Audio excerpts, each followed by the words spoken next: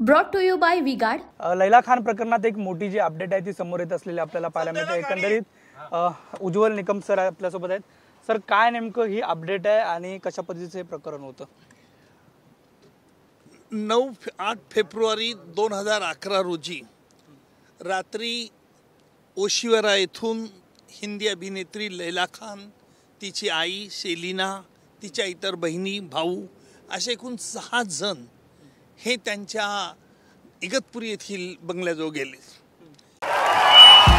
भाइयों बहनों, उनके राज में पावर रहे अनस्टेबल और हम रखे सब स्मूथ और स्टेबल। हमारा नेता कैसा हो जो स्टेबल पावर दे वैसा हो। अब की बार वी गार्ड एसी स्टेबलाइजर का चमत्कार।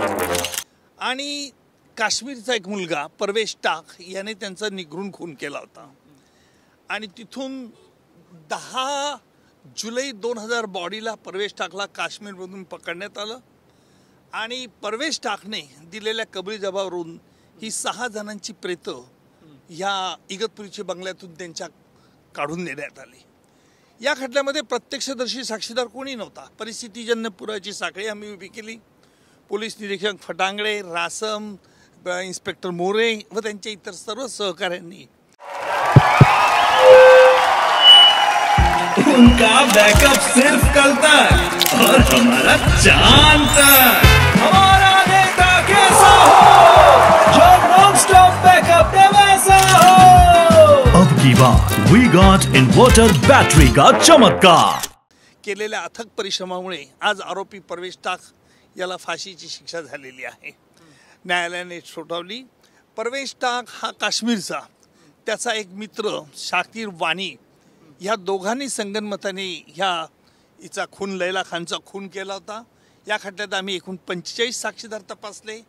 या खटल्यात परिस्थितीजन्य जरी पुरावा नव्हता तरी परिस्थितीजन्य पुराव्याची साखळी आम्ही न्यायालयात सिद्ध करून दाखवली आणि आरोपी परवेश टाक याने हा खून केला हे न्यायालयाच्या निदर्शनास आले। Brought to you by V-Guard.